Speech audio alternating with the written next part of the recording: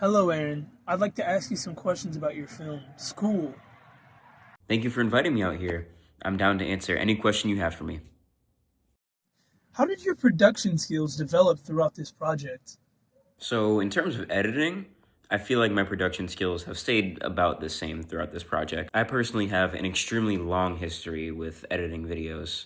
I've been using CapCut for the past 4 years, and I have pretty extensive knowledge on how to use most of the features. And not just CapCut either. I've dabbled with Alight Motion, Node Video, the TikTok video editor. Yeah, editing has become kind of a hobby for me, so I didn't learn too many new things with this project. I will admit, however, it was interesting to edit under time constraints. Editing under time constraints made me use less special effects and edited in sounds. But I think overall, a lack of special effects helped the film seem more realistic in a sense. Now, in terms of filming the actual scenes for the movie, my production skills have definitely improved. By doing this project, I was able to learn that I often struggle with reading directly off a script, and I usually feel more comfortable improvising with the other actors. And I'm pretty glad I was able to learn this about myself and apply it pretty quickly, because I think by learning this, I was able to make the lunch scene and locker room scene a lot better by having the dialogue come off as less forced. And along with this, I was also able to improve my sense of angles. Instead of Bryce, the cameraman, being the one to record the scenes of the empty hallways and stairways, I was the one to record that.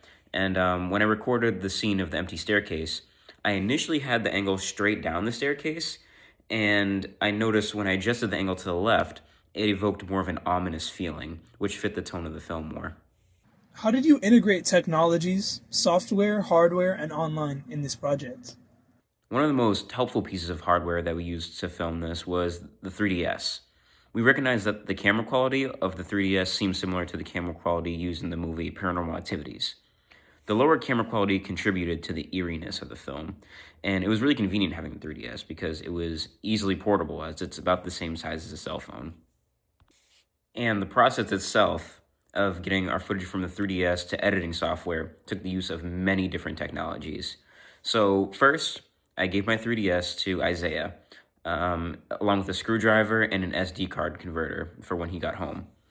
When he got home, he unscrewed the 3DS to take out the SD card, and he uploaded the videos from the SD card to his computer using the SD card converter that I gave him. Once he did that, he uploaded the footage from his files into an online MP4 converter to make each video from the 3DS into an MP4 file. After converting everything, he had to take the newly acquired MP4 files and put them in a shared Google Photos album so me and Bryce could have access to it. When he put everything in that Google Photos album, he then put the album link into our group chat. I then went into our group chat and downloaded each video individually, and I brought the videos from my camera roll into CapCut to edit them.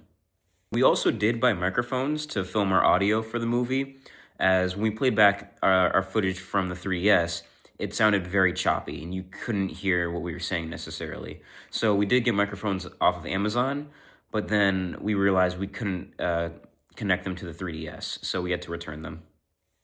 So to conclude, this entire project was really informative and honestly really fun too. And I would recommend doing it again. So thank you for having me on here, and good night.